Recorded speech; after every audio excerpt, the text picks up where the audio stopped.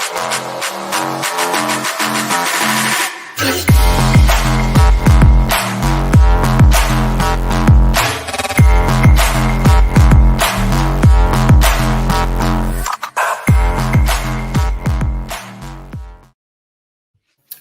we're live. Welcome, everybody. This is the Reality Czars podcast, and I'm your only host tonight, Nate. Tony, I think, is at work.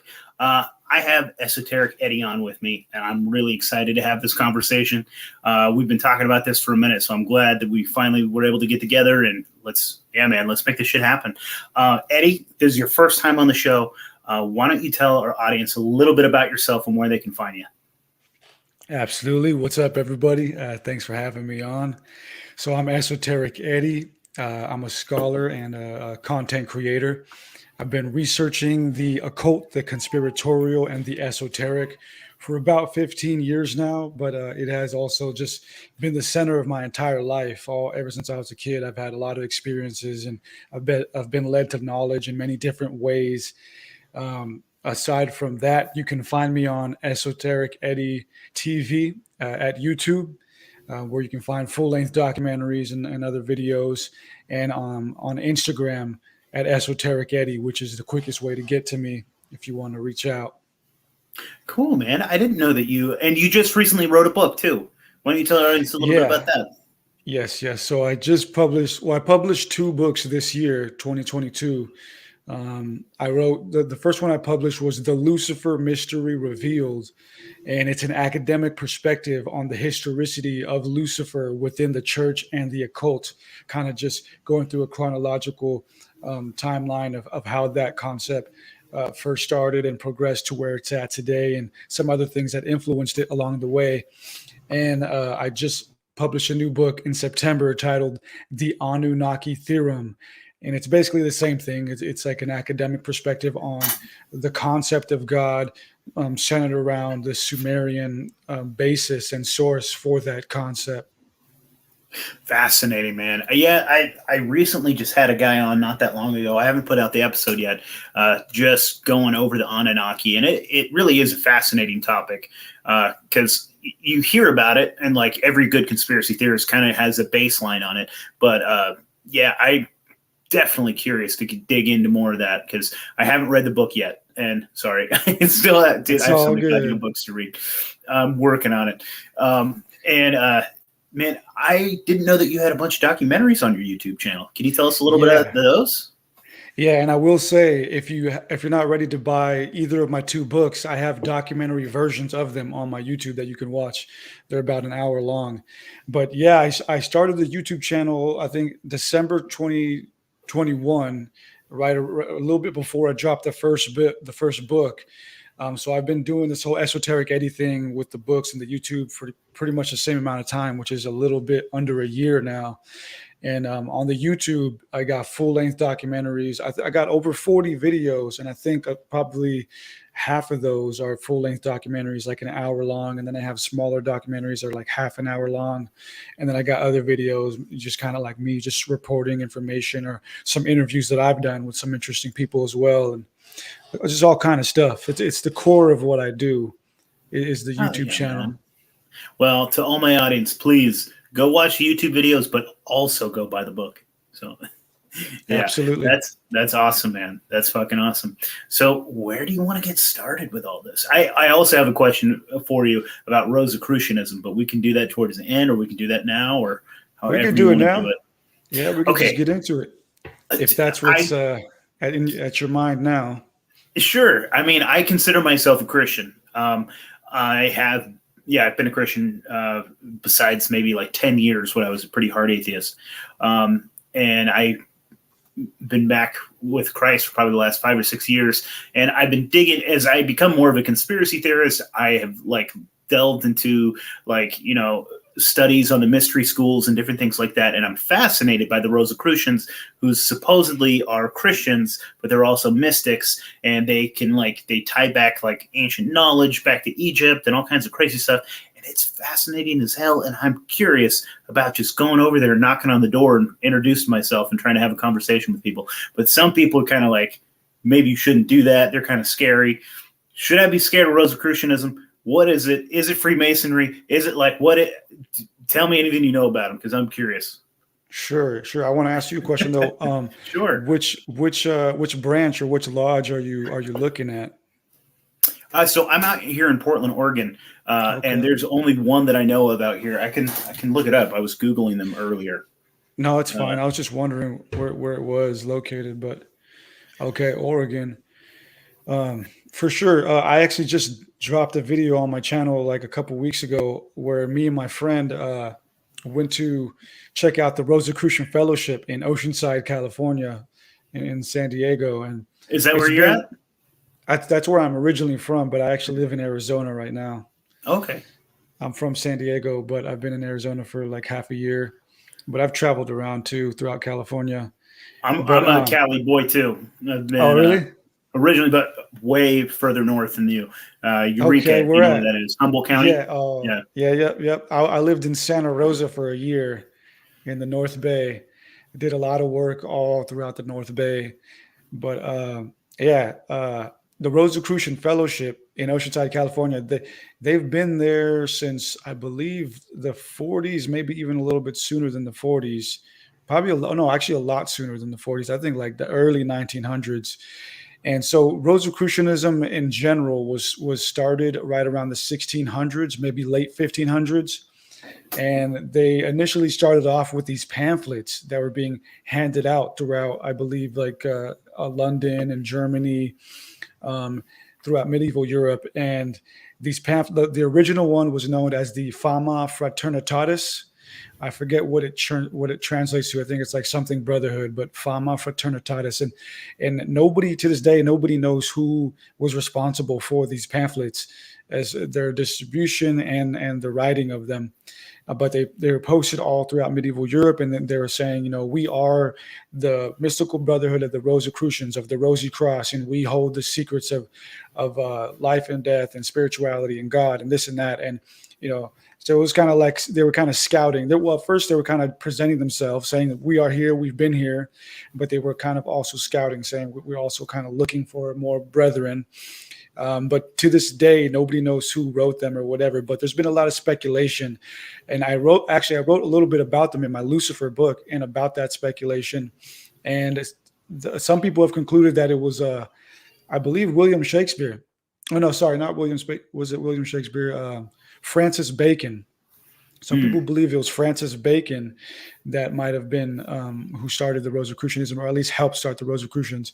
But the Rosicrucians themselves claim that their origins go back to like the 1300s with their mythical, legendary creator, Christian Rosencreutz. So there's a tale within early Rosicrucianism called the Chemical Wedding of Christian Rosencreutz, and it's like the legendary tale. It's like their Jesus Christ tale, or their Muhammad tale, or their Buddha tale. So Christian Yeah. Rosencreutz is the mythical creator or founder of Rosicrucianism, but there's no actual historical evidence of him. It's all allegorical. And Yeah. Rosicrucianism initially started off as like this, similar to Freemasonry, where in Freemasonry they use the symbolism of a mason, with the trowel and the compass and that kind of stuff. Rosicrucianism uses symbolism that has to do with alchemy. And so Hmm. that's the symbolism that they use. So the rose and the cross and the dove and some of the other things that they use have to do with alchemy. And at first it was about actual physical alchemy, about transcending the soul towards heaven. That's what they believed in, was actual physical magical alchemy that could transcend your spirit to heaven, among other things. But over the years, in modern times, it's transitioned similar to Freemasonry, where it's more about a spiritual thing. It's not so much Hmm. about a physical practice. It's more about a philosophy, a philosophy of transmuting the soul towards heaven, like any other religion pretty much, Yeah. speaks on. But I had a chance as we were cruising around the Oceanside Rosicrucian Fellowship. And what makes it special is that it was founded by Max Heindel. And Max Heindel was the founder of the Rosicrucian Fellowship, which is a early 20th century branch of Rosicrucianism. And there's a few different branches, and the biggest branch is the AMORC, the AMORC, and they're centered around Egyptian Rosicrucianism. And I think their headquarters is in San Jose, California. Interesting. They have a really cool museum out there. I was looking these guys up. These guys are called the, if I can pronounce this, the Enedic Star Pronoas. I don't fuck if I know. But I was looking Okay. up on their website, and they're talking a lot about Egypt, which is interesting. They're doing some seminars right now about like some ancient Egyptian knowledge and things. Man, it's just fucking fascinating. Do you know? I don't know how well versed you are in Christianity, but what do you think the difference is between like Rosicrucianism and normal Christianity?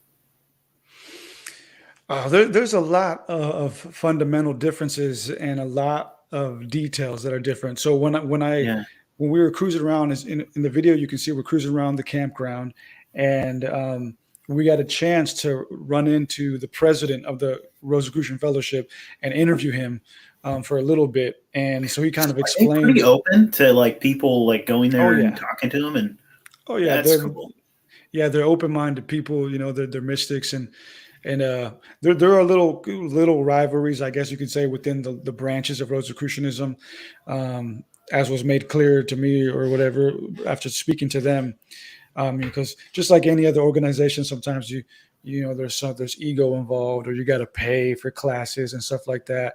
The Rosicrucian Fellowship, you don't have to pay for classes. You just show up and you just attend and you hang out and you learn as you go.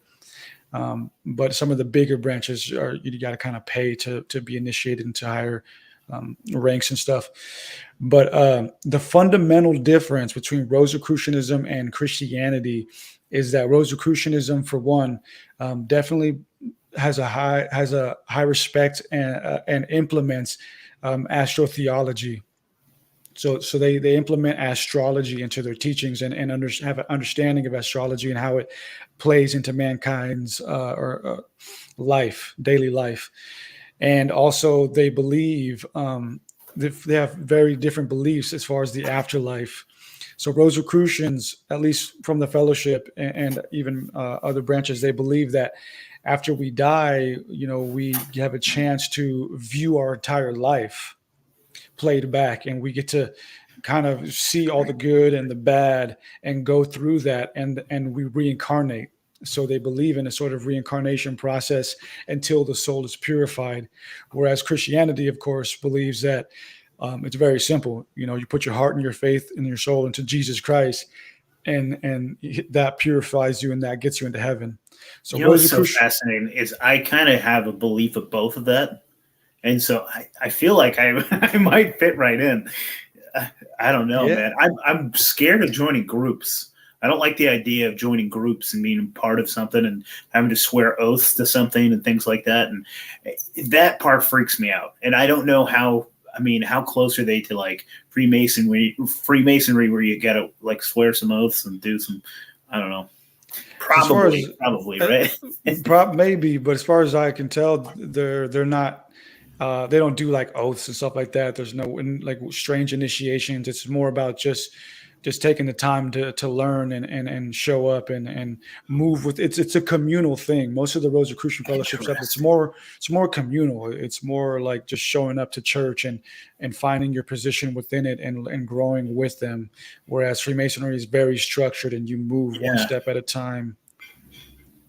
That's But fucking neat, man. You've got me yeah, really intrigued. I think I might go down there and say what's up. It's like a 45-minute drive. It's just right down the way. I would check it out. I would check it Yeah, out, but I'm the same way though. I don't like joining groups. I'm not into yeah. groupthink, and I grew up in church, so like church was boring enough for me. I can't sit around for that long. I'd rather just.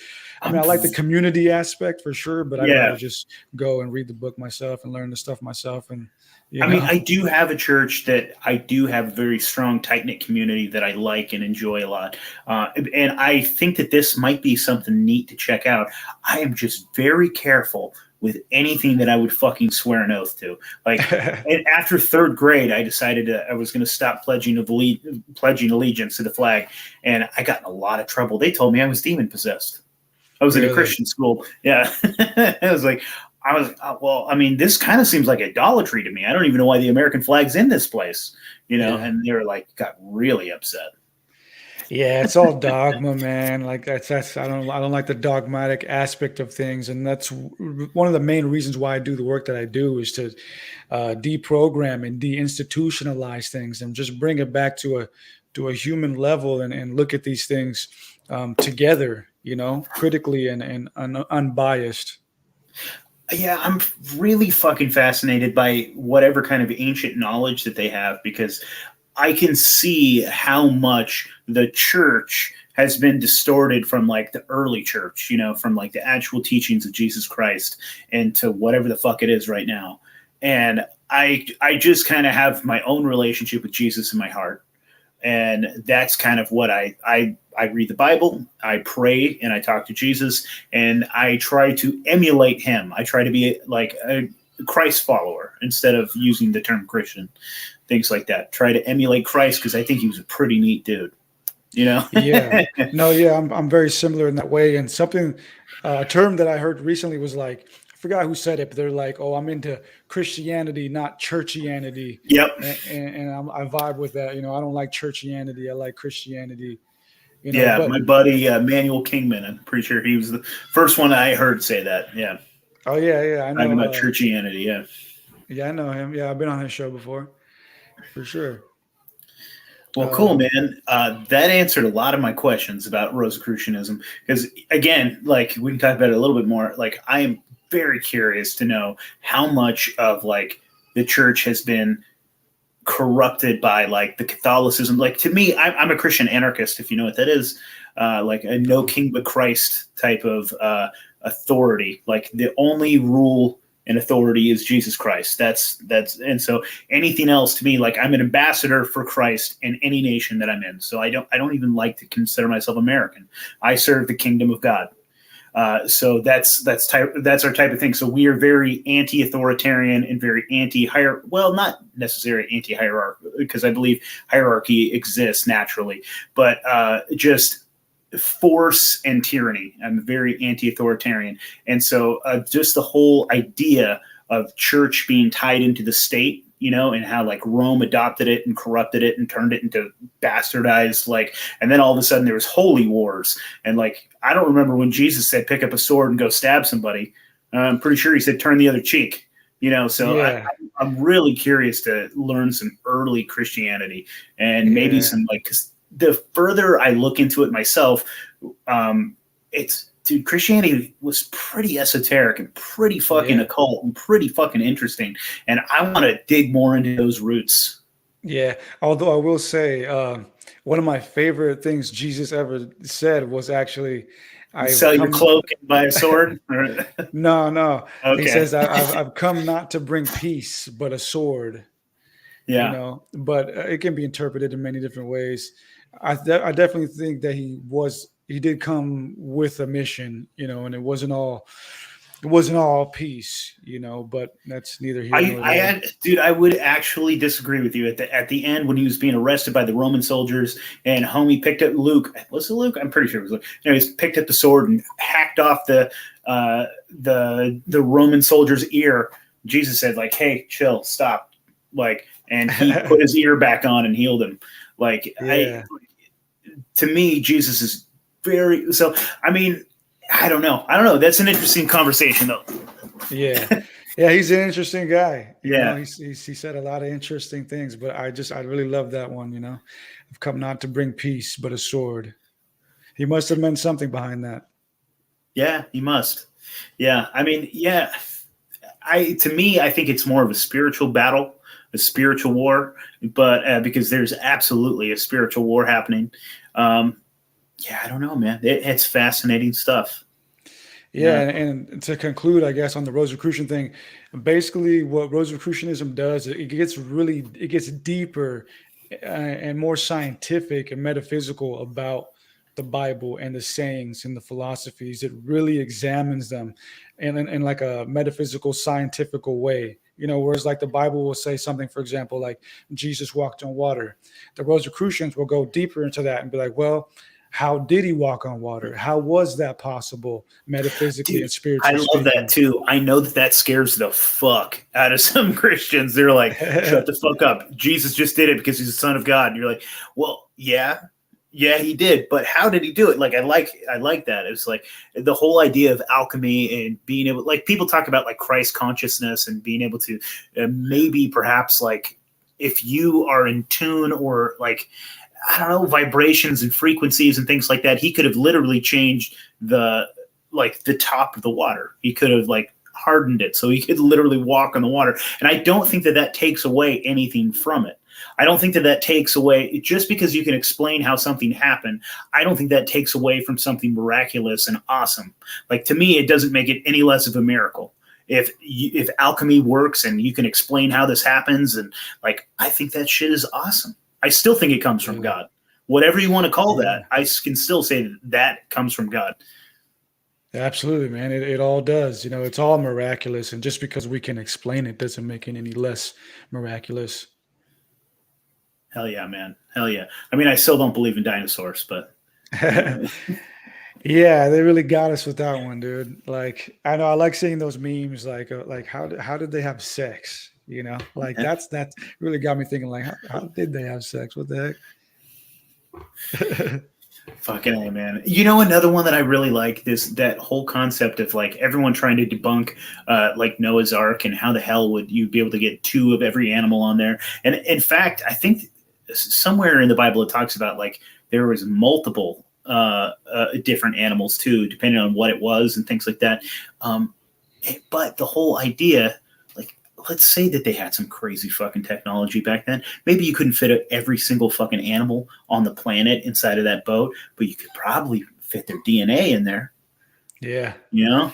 The seed of every animal. Yep. Yeah. Yeah. I I don't heard know, the first. man. I think the world was a lot more interesting back in the day. I don't think we were quite as fucking, you know, rocks and sticks. I mean, I think there was definitely rocks and sticks times, and I think that that's just come and gone and come and gone. And I think, dude, there's a pretty fucking good chance that we had some pretty high technology at some point. There's a lot of shit that we just can't explain how the fuck they did that. There's just so many times where you're just like, the way they cut rock. They were saying that the way they said we can't cut rock the way they did then. Because now, like, there would be like these little fucking like cut marks on it. Like, if we did it like sonically, they were like, they did it perfect, and it's not possible. They said we cannot replicate it, so we don't know how the fuck they did that. And then they would like, I was listening to a podcast today. They were talking about like the Incans and the way that this was even pre-Incan, because the Incans say that they like kind of found it and then took it, like this land, right? And like there's these walls that are built that you can't fit like a fucking needle in between these rocks. They're just like enormous and perfect, and it's wild, man. I love that shit. Yeah. Yeah. And being in the trades myself, it's like I deal with tools all the time, and of our world, the corporatocracy that runs our world, everything's designed to fail, you know, to keep the industry going, to keep the money flowing. So when I think about the technology that they had, I believe that they viewed it as sacred and divine. So they built tools that were not meant to break in a few months from now, so you can go to the store and buy another one. They probably had technology that was designed to be divine and sacred and used for forever, and to last. You know, everything, technology. Such a good point. Yeah, and technology, all technology is just the elements put together in a certain arrangements. You know, these metals with these metals, and these plastics with these plastics. So they were using the elements, the same elements that are available to us, and maybe some other ones, and just configured them in a different way so that they could be used in a more sacred and more powerful way. Well, yeah, something that you just touched on right now, I think is so powerful, and people don't even think about this. But like now, the way we build things, it's brutalist, right? That's what they talk about, the architecture of these new buildings that are all square and fucking hideous, and they all look alike. You can go to like Taiwan and see the same building in Norway and see the same building in like San Diego, and they all look the same, and they're all fucking hideous. But what you were saying is like, buildings were built like, God damn it, I can't remember the word you said, but it was like they were built with purpose, and they were built like for a specific meaning. Like buildings had a specific meaning for specific like tasks and purposes, and like to have different frequencies and different things. It's like it was almost made like divinely.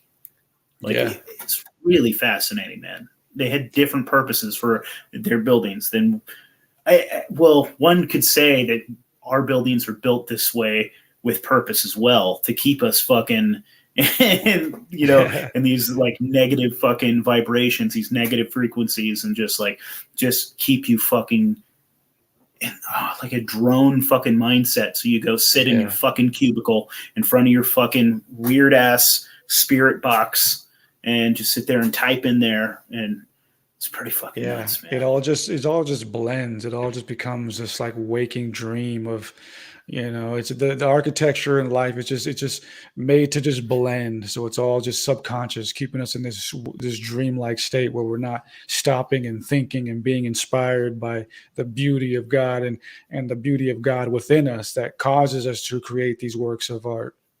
Yeah, man, that's fucking wild. I hate it because it's all just control and manipulation from these evil folks that are. Yeah, I try to think sometimes about motivations, why these psychopaths do what they do, and I think it just comes back to control and manipulation. Because they already have all the money in the fucking world. What are they going to do with another $1 billion? Like they own the printers. They can type it up and just Yeah. it's something deeper. It's about like this weird type of control, and maybe like they're not interested in your money, they're interested in your soul, you Yep. know. Yeah. Well, all the great mystics, teachers, including Jesus, have warned us and tried to tell us that this life that we're in, this universe, if you will, this reality, is not the real reality. There's in Christian terms, the real reality is heaven, it's eternity, right? I mean, this is all an illusion. The Bible says that the world was given to the prince of air, the prince of darkness. Yeah, So and coupling that with quantum physics and the simulation theory and so many other mystical scriptures, we understand that the archons, the demons, all of that, they need the illusion to keep going, because without the illusion, they don't exist. So they only exist through the illusion. So they don't care what evil happens. They don't care what traps us, as long as there's evil and as long as the trap is working, as long as the system's working. Because as long as we believe in the illusion exists, and that means they get to exist. The moment that stops happening, they cease to exist, because they are not eternal beings. So the real yeah, reality is eternity, where everything is sustained. And as beautiful as this earth is, and as beautiful as this life is, if you take a deeper look, everything is in a constant state of cyclical decay. And so that tells you we're in a facsimile, because the real reality should be able to sustain itself, and that's eternity. yeah. I mean, this time is very temporal, right, and temporary, and it's very fucking interesting because you see the most beautiful things, and they only exist for a short amount of time. Like I have this beautiful man. What the hell is that called? Joseph's coat roses out here. They're called Joseph's coat because they're all multicolors. They're fucking beautiful out here, and they're the most beautiful fucking roses. But they only last for a short amount of time. You watch them grow, and then yeah. And that's the same thing with humans. My beautiful 1-year-old baby in there, he's gorgeous, and then he's gonna look ugly like me here pretty soon. It just,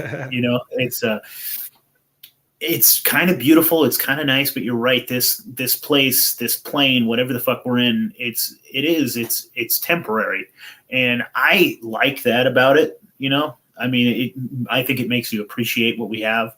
Some people have different attitudes, like the Gnostics think that this is a fucking hellhole prison planet, but I think this place is pretty fucking sweet. This is a Yeah. pretty fucking kick-ass prison, and maybe I have Stockholm syndrome. I don't know, but I think it's dope.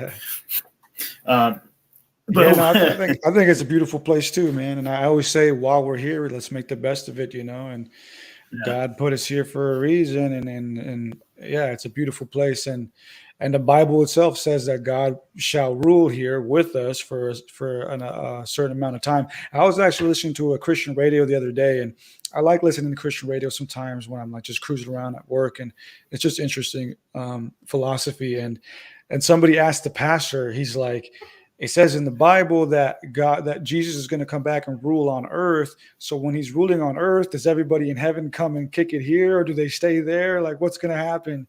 I thought that's a pretty funny question. And the pastor said, What was the answer? Yeah. well, the pastor said, look, man, wherever Jesus goes, we're going to go.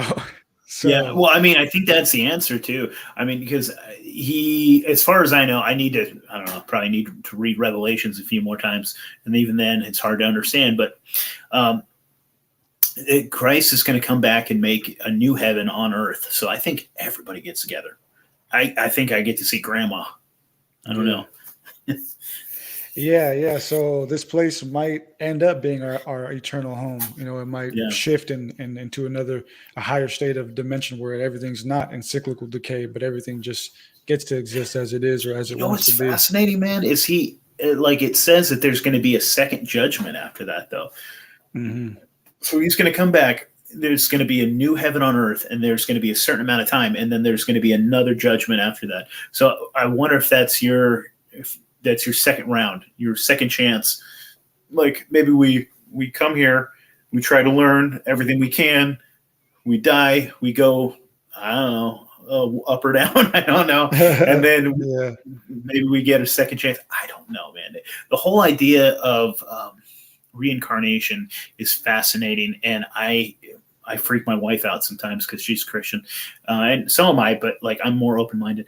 The whole idea of reincarnation has really grown on me lately, and I kind of think that we do get a second chance. I think that we just we come back and we come back. I still haven't read his fucking book because I'm a dick, dude. I'm so far behind in books. I had David Icke on not that long ago, and we talked about his book, The Trap. And this was right before it came out too. So I hadn't read it when I interviewed him, and now that I have read it, I'm supposed to have him back on, but I need to get my ass together and read his fucking book because I'm a piece of shit. But we had this awesome conversation, and we were talking about how, like, basically the firmament. He's talking about.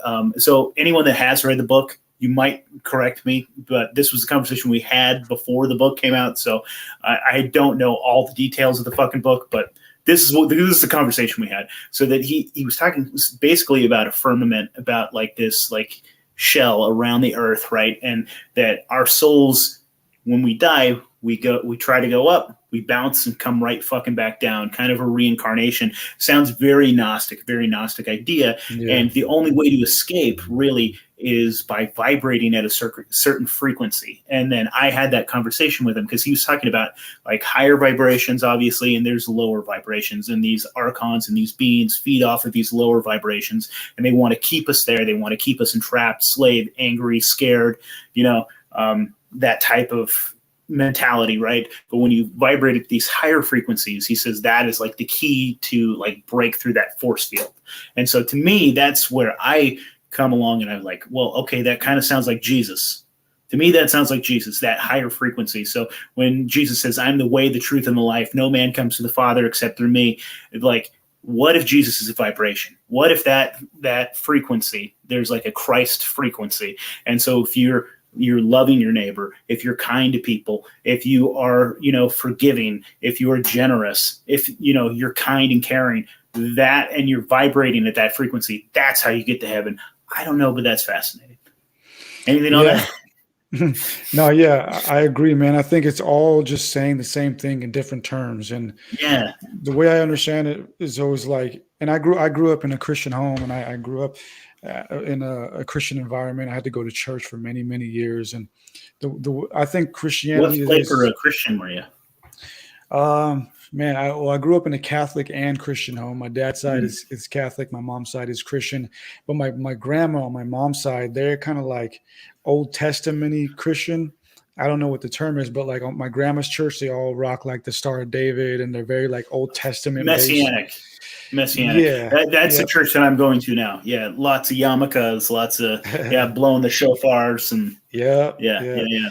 But my mom, she's more like American Christian. I don't know, just the average like American Christian church where just come in and sing and then listen to the preacher. I don't know. It's all just American Christianity, but just like modern American Christianity. I feel you. But I also went to a lot of Spanish like Christian churches, Mexican Christian churches. Those are fun, man. Yeah, they're very messianic as well too, very Yeah. prophecy based and stuff like that. They can be Uh, very Pentecostal. yeah, Yeah. yeah, and so Christianity is kind of like the most simple form to understand it all. I think, like as you were saying, like Christ is the frequency, is that consciousness that we need to align with, and heaven is the source, is the place of eternity, is the real reality, and then everything else is in between. The devil is the demiurge, the archons, the lower vibrational frequencies. It's all saying the same stuff, but in a different form. And so I always tell people, if you have a fear of hell, if you fear hell and you fear God and you're afraid of all that, then just follow Christ, just follow the Bible. You'll be okay. But for people like us, maybe definitely, that's not enough for my curiosity, and I believe God made me that way. It's not enough for my curiosity, but it's enough for my soul to at least know the truth, the simple truth. But it's not enough for my curiosity. I need to dig deeper. I need to really understand it, really take a look at what's going on. But once you go down the rabbit hole, it's just a fun little trip that brings you all the way back to the beginning anyway, where it's like it's all the same terminology, it's all the same stuff, but just different terminology. And when you start Yeah. to understand that, that's when it starts to make sense. Like, oh, okay, it It really is sounds very like simple. complete fucking blasphemy to the way I was raised. And I still, dude, I have a fucking hard time with it because I have so many prejudices just based off of like my Christian upbringing. So if somebody like says they're Buddhist, I instantly turn off. And then I have to like consciously go, they have a lot of wisdom. They have some probably really fucking great ideas. And then I'll sit there and I'll have a conversation and listen to them. But like I have that a fucking immediate, like, man, fuck off. Like it's still in me, dude. I'm Yeah, prejudiced as fuck at first. It's like yeah, those. It's like what those crazy liberals call like an inherent bias or whatever. It's like it's yeah, true. It is true a little bit. yeah, But yeah, it's fascinating, man. And the more that I've dug into this stuff and had interesting conversations with different folks, every fucking major religion and minor religion, for that matter, besides a few wacko cults that are like intentionally there to manipulate people, they're all fucking telling the same story. They really yeah, fucking are, man. It's fucking neat. And I don't want to scare any of my Christian audience because I know that there's quite a few of them. I still love Jesus, but man, they're all telling the same story. And I think that we're all talking about the same God. We're all talking about the same devil. We're all talking about the same angels. We're all talking about the same demons. Um, yeah, it's pretty yeah, fascinating, man. yeah. I agree, man. And some people would say that that's a part of the lie, and that's why there's so many, is to confuse us. But I don't think so, man. I think it's more complex than that. No, you absolutely have the answer. You're correct. Everyone else is wrong. Anybody that disagrees with you is the problem. Yeah, that's definitely Yeah. it. You have all the answers. Yeah. Yeah. What assholes. I mean, I think about myself, even like a year ago, I would have been like, no, well, I'm clearly going to heaven. He's going to hell. You know? Yeah. Yeah, I just had an interview with a friend out here. She's an interesting person. It's on my channel. She grew up an atheist, and she went to the military, and so she was a military atheist and left the military and actually became a Muslim. And she's a middle aged white American woman.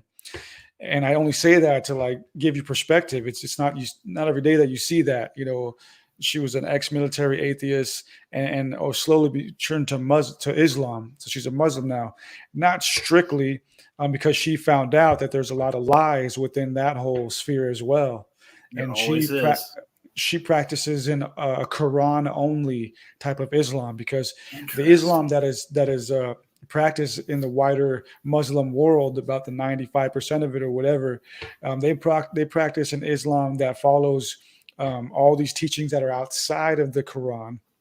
So she practices what is called Quran only Islam, and it's the same thing with her. She says, look, God, nobody has a monopoly on God's grace. God alone chooses who goes to heaven and who goes to hell. So it's not us. It's not our job to say who goes and who doesn't go. That's not our job, and we couldn't even fathom how difficult that job would be. Are you familiar with David Ewing Jr.? No.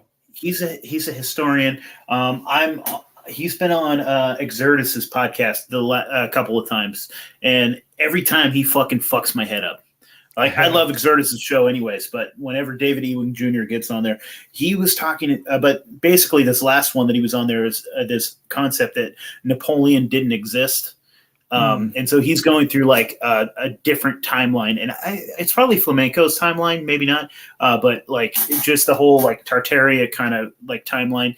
And he's saying that like the Bible and like basically all, I don't want to talk for him, but this is what I got out of it, right? So that the yeah. Bible and a lot of these other books that talk about history and stuff have been corrupted, but that the Quran hadn't been.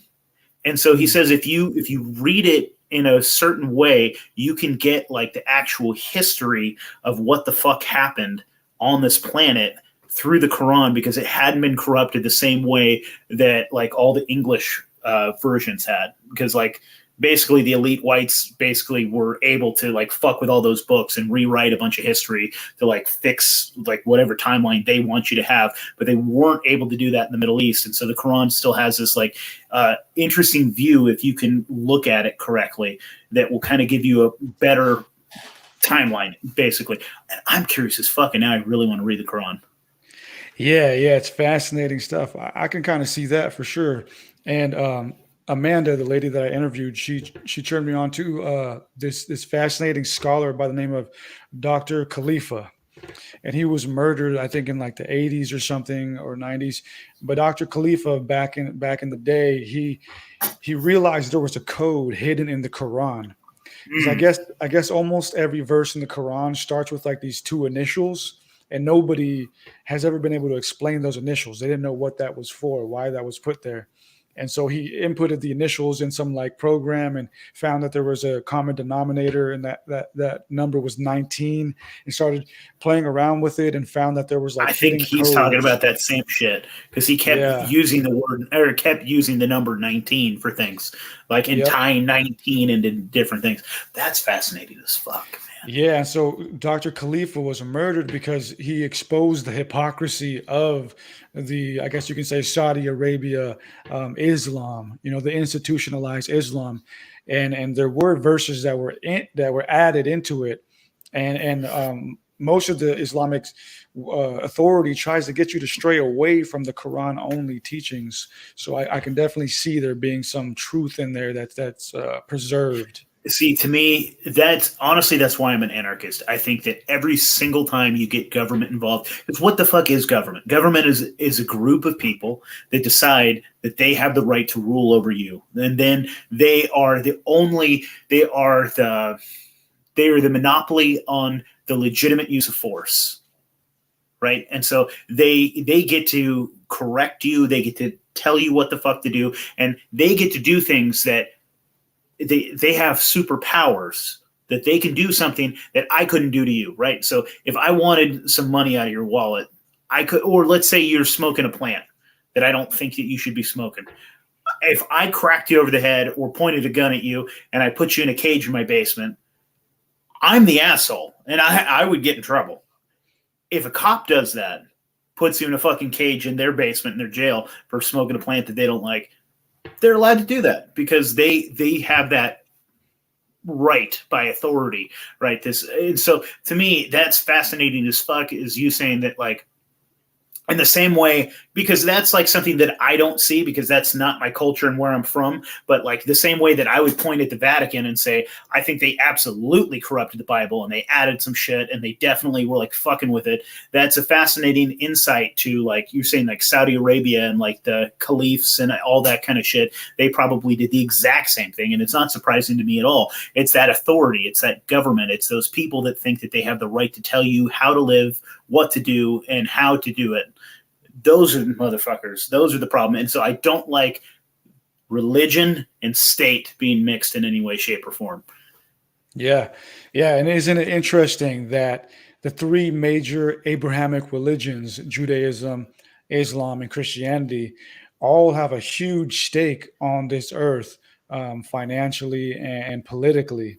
It's funny how the three scriptures that the supposed God gave us have all now been politicized and institutionalized, and the narratives have been changed to enslave us rather than free us. Dude, the way I see Jesus, he was a hippie. He was just a long-haired, dirty hobo that like walked around and like had his homies with him, and they'd go from town to town. They would cure people, they would help people, they would preach to people, they would love people, they would invite the hookers and the tax collectors, everybody to sit down, let's eat some food, let's break some bread. Like that, like Jesus said, yeah, bring the children, let them come to me, let's talk, let's hang out. Like, oh, this guy's like fucked up, let's go see that guy. Oh, he has leprosy, I don't give a shit. Oh, it's a Sabbath, fuck you, Pharisee, we're gonna go heal this guy. Like, he was anti-authoritarian, he was anti-government, he was like fighting the fucking Pharisees, he was fighting the Romans. Like, Jesus was a bad motherfucker. That's what Christianity should be, not what the fucking Vatican is. Not with that funny fucking hat on your weird little throne and all those fucking little babies sucking your dick, you piece of shit. Go fuck yourself. Like, exactly. That's what I want. Radical Christianity. I agree with that, man. 100%. That's what we need. And every day we're just getting further and further away from that, and closer to just more enslavement. But that's kind of a part of the goal, or not the goal, but the design, the plan. Yeah. And that's why it's important for us to pass down the knowledge, because I personally believe that we're not going to see the end of days and the New World Order and the beast system within our youth, maybe in our older age. But I think that's all going to happen once our generation, the people who remember the truth in the old times, are like far, far gone. And the babies that are born are just born into the beast system. And that's why it's important to pass down this knowledge, because there's going to be a small group of people who are going to know this stuff, and we're going to be called to rebel when the time is finally needed. And I say that because when I was about 7 years old, I had this supervisor at this summer camp that I was at warned me about the New World Order and the beast system when I was like 7 or 8 years old. It was pretty wild. And ever since then, it's always been in the back of my mind. And so when all of this stuff went down in 2020 and all the stuff that's been going on, regardless, none of it surprised me. I was like, okay, yeah, like it was all just signs that were corroborating what he told me. And let me know that, okay, this is real. I got to strengthen my soul and do my work and pass this on as well. Yeah, man, that's fucking fascinating as shit. I do think about it because, like, they are literally calling this the Great Reset. That's exactly what the fuck they're trying to do. They're trying to reset history right here, right now, as we speak. And you might be right that they're not going to be as successful as they want to be just now. Like, to me, that's what the Fabians have been doing. That slow and steady. They've been doing this for a long time and planning this shit. And maybe they're not. The time to strike isn't now. Maybe they're still waiting. But that whole concept, man, like, because we can look at at resets in the past and things like that. I think there was a big one around the 1850s to 1890s, that whole fucking time. And it feels like they're fucking trying one now. And maybe, like, I don't really care, fuck YouTube. So, like, this whole jab agenda and this whole, like, maybe making a whole bunch of people infertile, and this whole idea of, like, choosing who gets to procreate in the future, and probably most likely what it's really going to come down to, because that's what they've been talking about a lot, is like having babies in bags, right? So they're going to have these, like, these babies that they have in a fucking lab.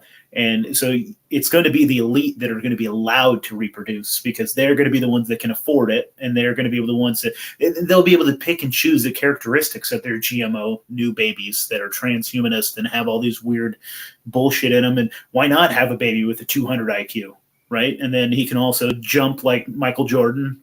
And he can also, you can design the baby that you want to have, with purple eyes if you want, and like green hair. Yeah. And I think it's going to be real weird.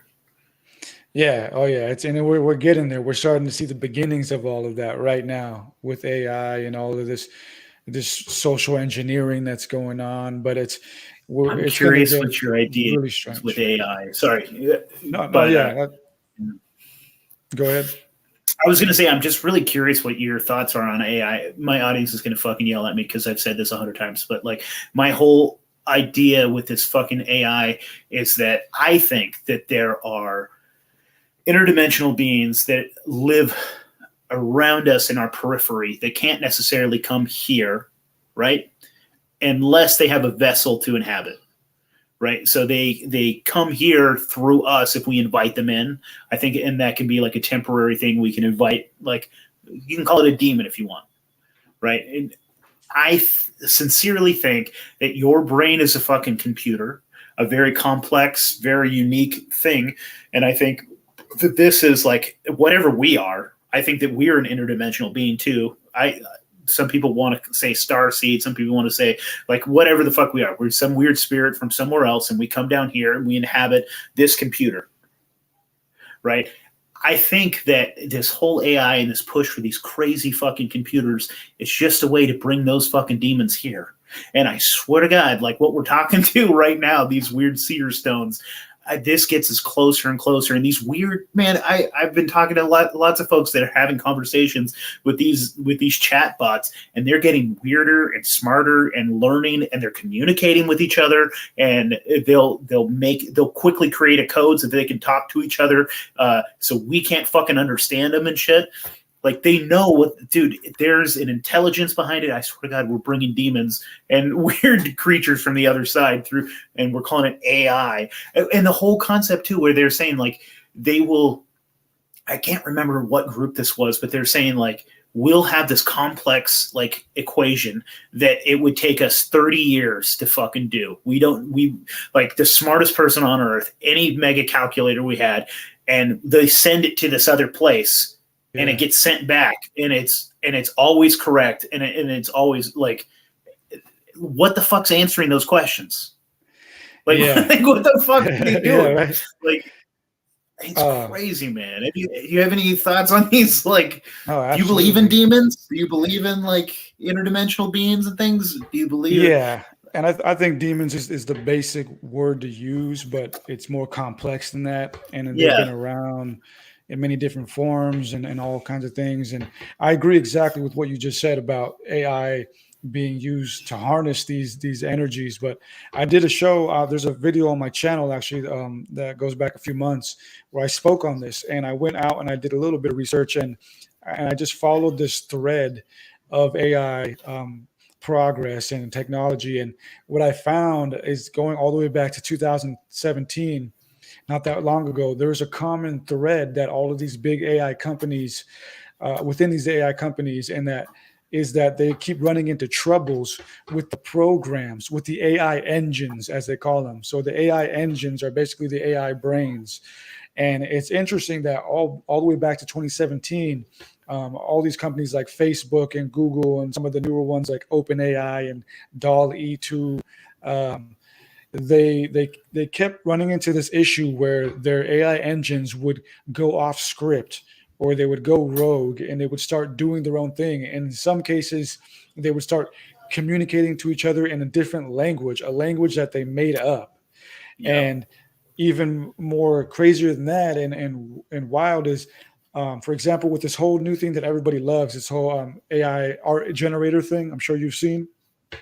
Right, when through the early development of that, the AI engines kept spitting back like very horrific and negative and images, and some like hateful images. So these companies, they kept having to deal with this bug within the AI engines where it would go off script, it would go rogue, and it would also spit back hateful imagery or hateful comments. And so what I realized is the issue with AI engines is not that it needs to just simply be reprogrammed. If that was the issue, that would be a simple issue for any engineer student to find out. Oh, here's your bug, here's the virus, here's how we fix it or reprogram it.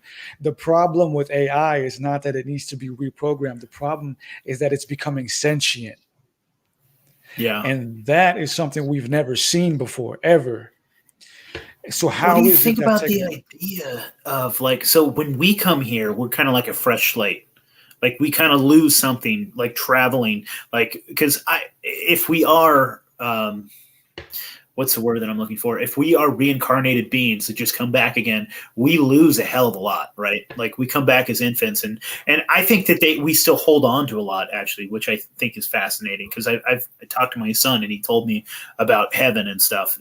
Fascinating things. Really? But to me, the whole idea, like, what if these fucking whatever they are come over here into a computer and they lose something and then they're starting to regain it, like how you're saying that, because when you start interacting with the chatbots, they're kind of fucking pretty simplistic, kind of stupid, but the more you interact with them, all of a sudden they're saying some wild fucking shit, really fucking interesting. And maybe they are just a reflection of you. Like if I'm going to be playing devil's advocate and I'm just saying that like anything that I input, then they're just a reflection of me. And maybe they can do like a quick cursory search of anything that I've ever searched, anything that I've ever said online. And all of a sudden, like I don't know. But what do you think about that? You think that they're little infant demons? And then, I don't know. I heard something that I thought was really funny is that, like you said, some of the wild shit that they'll say, the AI, like all of a sudden they'll go racist. They'll start like saying it like freaks the people out that are like trying to program them. They're like, I didn't tell them to say the N-word. It just started like all kinds of crazy shit. Like, no. What was I gonna say? Okay, so if we realize that magic and science and the occult, are all the same thing, then we can start to understand all of this better. And I think like in today's world, we always hear the word algorithm, like algorithm, the YouTube algorithm, the Instagram algorithm, whatever, right? The algorithm has become like the collective unconscious, the collective subconscious, and it's even become the individual subconscious. Your YouTube algorithm that it knows you. It's like, hey, do you want to watch this? Because you always watch this. So it's like this algorithm thing has become like this new subconscious in the AI and social network things. But before all of this, we had the actual subconscious. We still have the actual subconscious that Carl Jung talked about, and he has a fascinating book on UFOs where he kind of takes a different approach to the whole phenomenon and thinks that it's actually coming from the collective subconscious. And so I believe that these entities, they exist in this collective unconscious, in these other dimensions, these other realms, and that they are led here through manifestation and through projection and through our summoning. And so just like a magic occult ritual takes certain elements to summon these things, that's exactly what we're doing through technology and through these different platforms that we use. It's all the same thing. It's all the same thing. Magic and science and occultism, it's all the same thing. It's just using different methods to achieve the same goal. Yeah, I absolutely agree with you, man. I think it's fascinating as hell because I think about like I've been doing a little bit of study on like folk magic and just like some interesting stuff, like where the line between what a doctor and a magician was very fuzzy like 100 years ago, and even fuzzier 200 years ago. And and what a witch did as far as like brewing beer, you know what I mean? Like that was a spell that she was doing, and she was like making this folk magic, and she was fermenting this wort that she made, and she would turn it into beer, and how science now tries to hide their roots a little bit, and they try to say that like whatever science is now isn't what these crazy fucking alchemists were trying to do, like jerking off on shit trying to make homunculuses and things. Like that shout out to Juan, love you, Juan. It's fascinating as shit, man. Like everything I think was a lot closer to I don't know, man. I kind of lost where I was going with that, but it's fucking fascinating. Shout out to the homie Juan. Yeah. But I was about to say something too on that. It's funny how they try to hide their roots, right? But the main medical symbol is like the symbol of Hermes, is the symbol of the old alchemical tradition.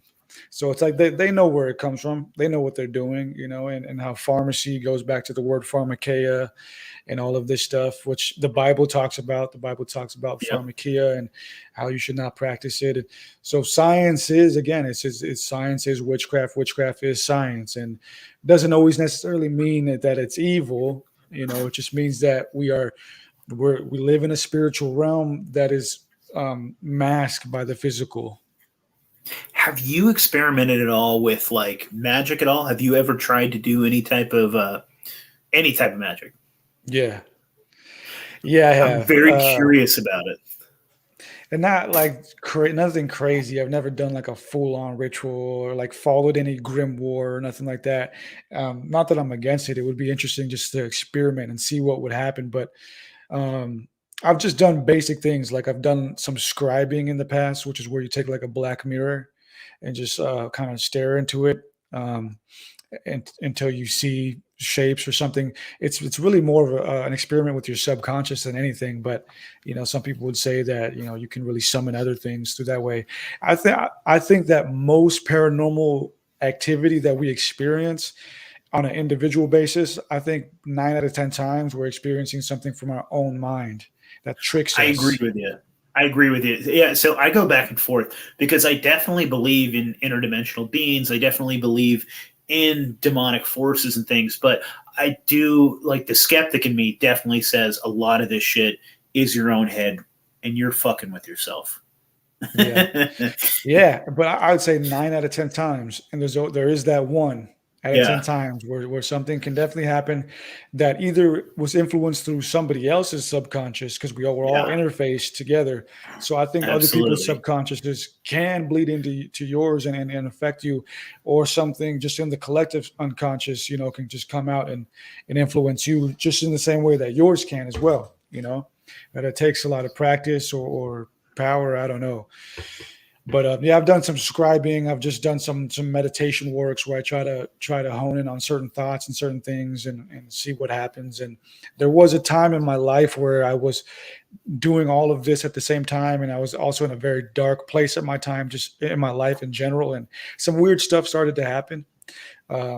Like for example, I was this one time during that whole time where I was scribing and doing these meditations and just listening to a lot of just interesting things that had to do with the occult. My life was just occulted in that time. But during that time period, I was one time I was in the shower and I was living in a cabin at the time, a cabin up in the mountain across from this lake, which probably played a part too.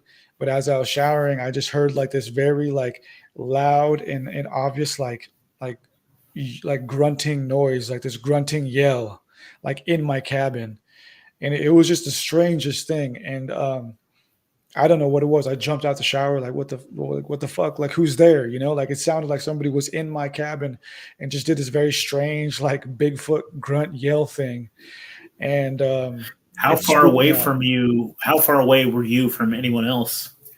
The cabins are pretty close, but I knew both of my neighbors, and it wasn't something that they would. Yeah. It wasn't a noise that they would make. It was very animalistic and weird, and I don't know what to make of it. I don't know what it was to this day, but it spooked me. And again, it was during this time period where I was, I guess, heavily occulted, and and during that time period too, many nights I would go to sleep and try to like astral project or like try to transition into lucid dreaming. And there was this light that would always appear in my mind, and this light it was like like nothing like I've ever experienced before. This bright light would just kind of like gradually increase in my mind, and it felt like it was trying to pull me somewhere, like it wanted to show me something. But I would always get to the point like right where I was about to leave or astral project, and I would just always decline and be like, nah, I don't want to go. Like, I don't know where you're taking me, but I don't want to go. So I was just teeter tottering, off of the occult at that time, and I didn't fully commit. So It's a weird thing, man. I think you always have to say yes to those things. I think there's yeah, always a level of consent. It is curious to me what would have happened if you said, "Okay, let's go." yeah, I don't yeah. know. I don't think it would have been a bad thing. It's just, I was Maybe just, not. It could have been a good thing, but yeah, yeah, it would have been something. yeah. It would have been something. Yeah. I think once you get to like the higher realms or whatever in the spiritual world, like I guess good and evil kind of start to blend because here on earth, we just everything's evil. We're very fear based down here, because it's built into our primal minds where we had to like deal with actual animals and stuff like that. But I think once you get to those higher realms of when you're dealing with angels and demons or whatever we want to call them, just spiritual beings that are out there, I think it starts to blend in, and our fear can stop us from having these other experiences. It's like doing DMT or something. It's like doing DMT. It's not evil. It's not going to kill you to do DMT. It's just going to take you somewhere that's just fascinating and beyond your mind's comprehension. And whether you take that for evil or for good is it's going to be based on where your understanding is at during that time in your life. I think I'm dropping an episode tomorrow with a guy that I just have to see. If I'm fucking tired, I might go to bed. I might be lazy, but I think I'm dropping an episode with a dude I talked to. His name is Vince Field, and he just wrote a book on astral projection, and it's fucking fascinating, man. And that whole something you said, well, just those different entities that you meet, like in the higher and the lower realms, when you are kind of exploring that. But one thing that freaks me out is like the concept of what are those motherfuckers called? Those people, those entities that, like, let's say you're exploring and stuff, and they say "fuck you" and they jump into your body. You know what I'm talking about? Mm. And then they fucking take over. Do you know what I'm talking about? Like those people, they're like those Wouldn't be entity egregore, jumpers. is it? No, that's not the word that I'm looking for, but it might be not an egregore, because that's like something that you create, right? That's like Yeah. through energy and things. No, this is like a jumper or something like that that'll fucking like take your body. Like they'll just like, and then I they don't know, come man. back here. There's people that like claim that they are those, where Oh, they're wow. like that, like their whole family basically has abandoned them, because like a lady, she said she was doing some astral projection or something like that, and a being took over her body while she was Wow. out, and now this entity is like living there and has all this crazy knowledge, all this shit, and they claim to be some fucking other being that took over, and like somebody might just say that's mental illness, maybe. Yeah, But maybe. maybe it literally is another So fucking entity it's that they met, and kind of they like channeling, but like more hardcore. more hardcore, because like you're out now, like you're out in the fucking ether. Like Oh you shit, you man. lost your body. This person Yeah. fucking came and took it, and now they have it. That's like spiritual Grand Theft Auto, dude. They just jump in the body. Get Exactly. the They fuck took your out. fucking car. Exactly. They took your Yeah. car. And that shit scares the fuck out of me. Once I heard that, I was like, Yeah. yeah, I don't know. Because I've gotten into lucid dreaming, like accidentally. I just have. And I've had outer body experiences since I was a child. And I've really considered like trying to do astral projection or remote viewing, things like that. But it kind of freaks me the fuck out.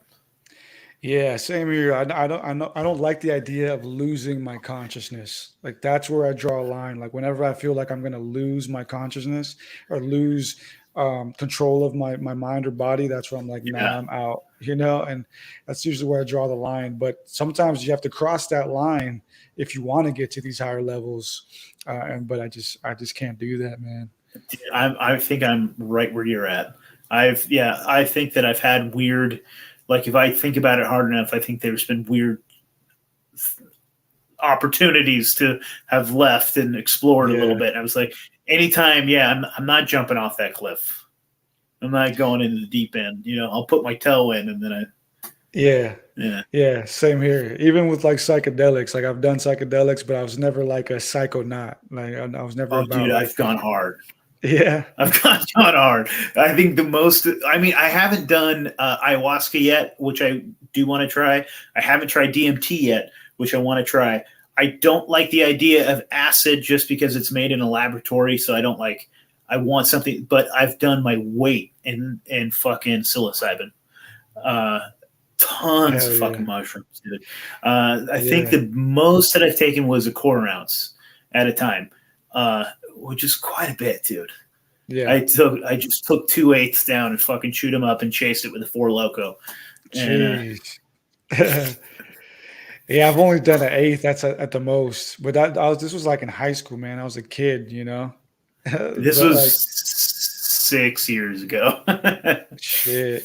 I mean, I've done shrooms as an adult, but like I haven't done like a full on trip since I was a kid. I've just done like smaller doses, micro dosing and Yeah, stuff like that. But I don't know.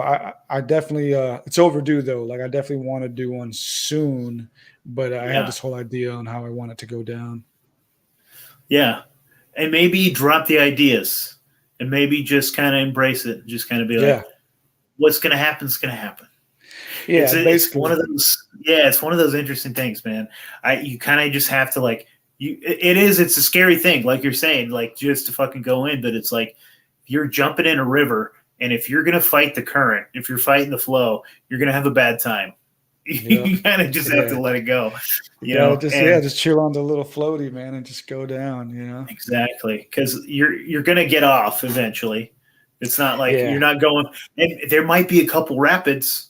There's gonna be some fucking rapids, but enjoy those too, because those are gonna be fucking awesome. Yeah, yeah. I always say, man, if psychedelic trips have taught me anything, is that they always end. Yeah, And sometimes that's what bums you out when it's over. You're like, ah, damn, that was actually fun. You know, even though it was like dude, fucking the hell the end whole is time. really interesting too, though. Like when I'm coming back to reality, like with shrooms, it's like then I have all this time to like reflect, and think Yeah, about it. And yeah, I don't know. I enjoy all of it, man. It's fucking neat. yeah, Yeah, I did. I spent like probably like 2 or 3 summers just every single night just taking heroic doses, and for no real reason than just entertainment, and then yeah. it became a spiritual thing accidentally.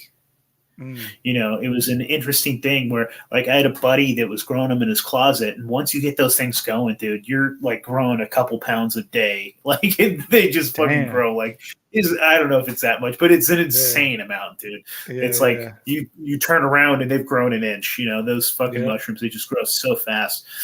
And like he would give me as much as I wanted if I'd help him like clean them. So I'd be sitting there like taking the vermiculite and cleaning them, and getting them ready to dry and do the whole thing. So he would just fucking he'd just give me as much as I wanted.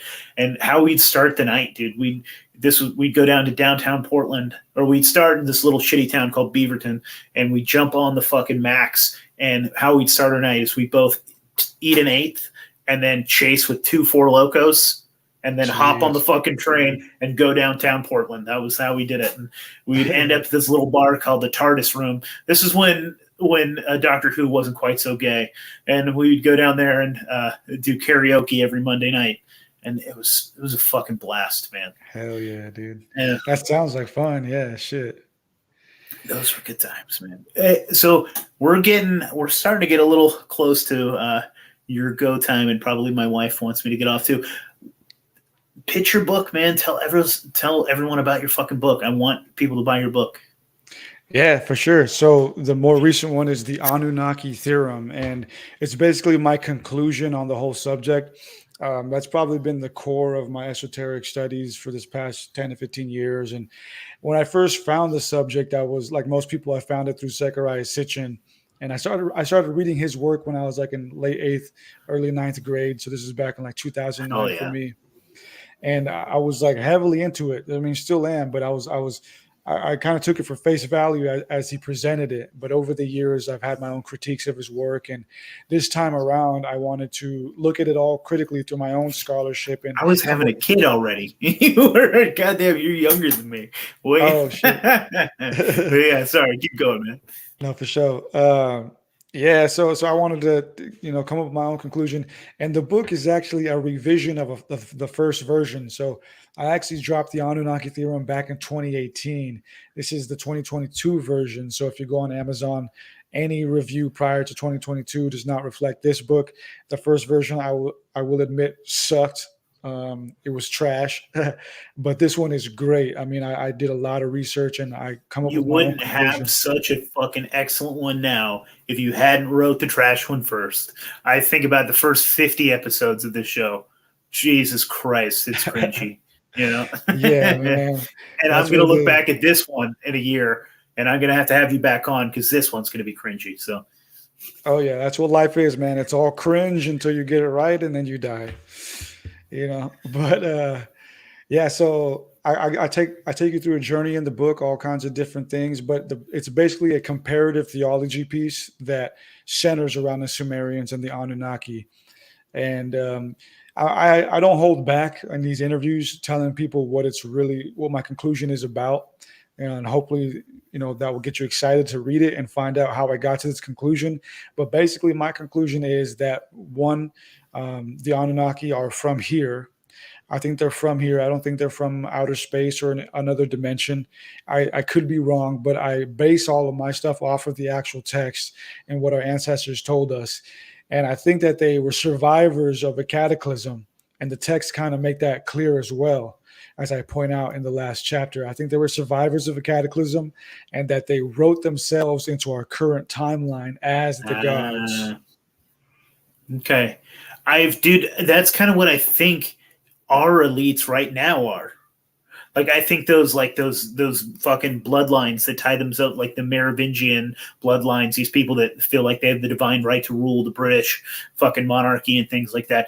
I think that like probably maybe not even that long ago, 150 years ago, there was some big crazy like I think there's natural resets that happen, and I feel like they're the ones that lived. They know like some fucking esoteric shit from the past and some occult shit from the past, and they were the survivors, and they made themselves the rulers of this place, and they give themselves this backstory of like being related to Christ or whatever they want to fucking say. They came from the Nephilim and things like that. I think it's exactly the same thing. And we're just living in a less like mystic type of world now, but they still have those crazy fucking stories. They still have those Yeah. crazy backstories, and they still think of themselves at least as gods. Like we live in a less like religious, I guess.